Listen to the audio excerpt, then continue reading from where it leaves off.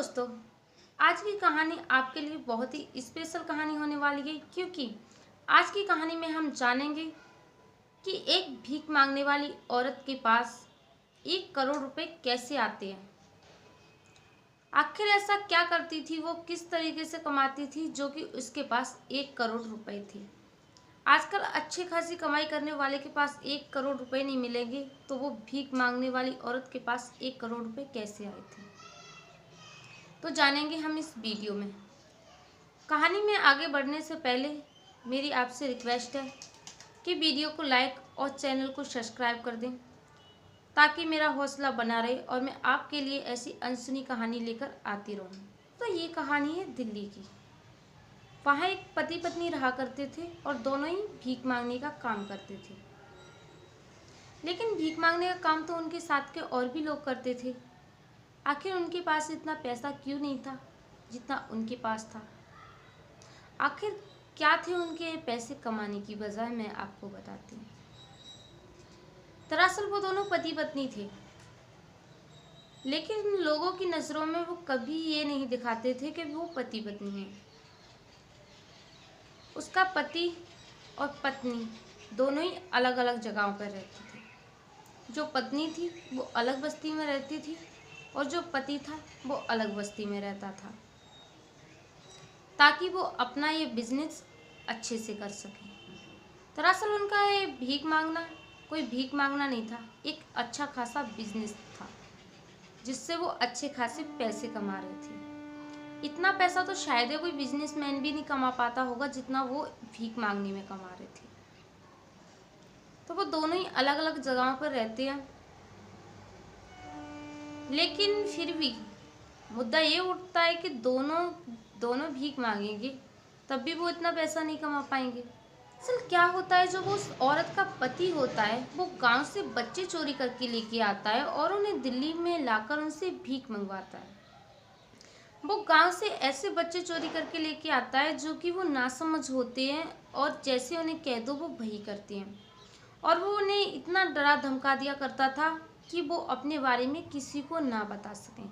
वो उन्हें इतना उनके दिल में डर बिठा दिया करता था कि अगर उनसे कोई पूछे तो वो उसकी सिखाई हुई बातें ही बोला करते थे, अन्यथा और कुछ भी नहीं बताते थे। अगर उनसे कोई पूछ लिया करता था कि बेटा आपके माँ बाप हैं, आप क्या करते हो, तो बस वो सिर्फ यही बताते कि हमारे माँ बाप हैं लेकिन अपाहिज हैं और हम इसलिए भीख मांगते हैं ताकि उनका पेट भर सकें। जो कुछ भी शाम को बनता है तो हम उनके लिए ले जाते हैं। सिर्फ इतना ही बोला करते थे जो कि उन्हें सिखाया गया था। दिल्ली में उन्होंने हर एक जगह पे, जैसे कि बस स्टैंड, रेलवे स्टेशन, मंदिर, जो भी भीड़ भाड़ वाली जगह होती थी, उन हर जगहों पर उनके 5-6 बच्चे भीख मांगने वाले हुआ ही करते थे। हर जगह पे उन्होंने अपना बिजनेस खोल रखा था। लेकिन उनका काला सच ये सामने आया कैसे। एक बार उनकी पत्नी भीख मांग रही थी तो एक गाड़ी के सामने, मतलब कि रेड लाइट पर गाड़ी रुकी थी, तो वो एक गाड़ी के सामने और उसमें एक लड़का बैठा होता है। तो वो उस लड़के से कहती है कि बेटा मेरे पास पैसे नहीं है और मेरा बच्चा भूखा है, कुछ पैसे मिल जाते तो तुम्हारी बड़ी मेहरबानी होती। तो वो लड़का उसे 10 रुपये दे देता है और चला जाता है। उनका बिजनेस इतना बढ़ चुका था, इतना बढ़ चुका था कि उनकी सारे दिन की कमाई शायद 50-60 हजार रुपए की हुआ करती थी। एक बार क्या होता है,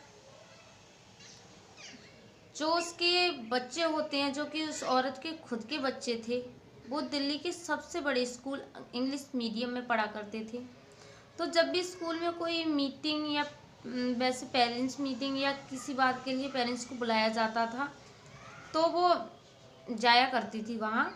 तो जब वो स्कूल में जाया करती थी तो एक अच्छे कपड़े पहनकर उसे कोई देखकर कह नहीं सकता था कि वो भिखारन है। तो एक बार वो अपने बच्चों के स्कूल में जाती है, तो जिस लड़के से उसने भीख ली थी उस लड़के का ऑफिस उस स्कूल के सामने था।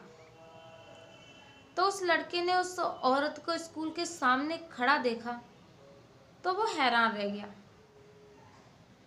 उसने सोचा कि शायद मेरी गलतफहमी होगी, शायद थोड़ी बहुत शक्ल मिलती होगी, तो इसलिए मुझे लग रहा है। तो वो थोड़ा पास आके देखता है तो वो अच्छे से समझता है कि ये वही औरत है जो कि उस दिन भीख मांग रही थी। तो थोड़ी देर वो उस औरत को देखता रहता है। जब वो स्कूल के अंदर जाती है और थोड़ी देर बाद जब स्कूल से बाहर निकल के आती है तो उसके बाहर निकलते ही वो लड़का स्कूल के अंदर जाता है और प्रिंसिपल से पूछता है कि मैम, जो अभी औरत आई थी वो यहाँ क्यों आई थी। तो प्रिंसिपल ने कहा कि उसके 2 बच्चे पढ़ते हैं स्कूल में, वो इसलिए आई थी। तो प्रिंसिपल ने कहा कि क्यों, कोई बात हुई है क्या। तो उस लड़के ने कहा नहीं, कोई बात नहीं है। तो वो वहाँ से चला जाता है। उसे ये बात कुछ हजम नहीं होती। तो वो उस औरत पे नज़र रखने लगता है। वो जहाँ जहाँ मतलब कि वो औरत जाती है वो उस पर नज़र रखता है। जब अलग अलग जगहों पर उस औरत को उसने देखा कि जो बच्चे भीख मांग रहे थे तो वो उनके पास जाती थी, तो उन्हें उनसे मिलते जुलते देखा तो उसके दिल में और ज़्यादा शक पैदा हुआ कि ये औरत हर जगह पे, इसके हर जगह बच्चे कैसे होते हैं, जिस जगह जाओ ये उन बच्चों से मिलती है। आखिर इनका, बच्चों का और इसका क्या संबंध है। और जो वो औरत थी भिखारन, जो कि एक झोपड़ी में रहा करती थी, दरअसल उसका एक आलीशान बंगला भी था, लेकिन लोगों के सामने वो एक झोपड़ी में रहती थी ताकि सबको ये लगे कि वो एक भिखारन है। तो उस लड़के ने अपनी पूरी कोशिश की उसका सच सामने लाने के लिए, लेकिन उसने पुलिस को भी जल्दी से इन्फॉर्म नहीं किया, क्योंकि वो पहले इस सारे मामले की जांच पड़ताल आप खुद करना चाहता था। एक दिन जब वो औरत उन बच्चों से बातचीत कर रही थी तो वो लड़का वहीं आ जाता है और उस औरत से पूछने लगता है कि ये बच्चे आपके हैं। तो वो औरत कहती है हाँ, ये मेरे बच्चे हैं। तो उसने, लड़के ने कहा कि तुम्हारे पास क्या सबूत है कि बच्चे तुम्हारे हैं। तो उस औरत ने उस लड़के से कहा कि बच्चे होने के लिए भी कोई सबूत की ज़रूरत क्या, मैं कह रही हूँ ना ये मेरे ही बच्चे हैं।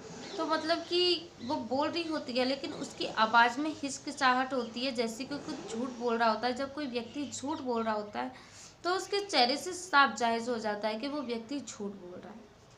तो उस लड़के को और भी ज़्यादा शक हो जाता है। उसके बाद वो वहीं पुलिस को फ़ोन कर देता है और वहाँ पुलिस आ जाती है।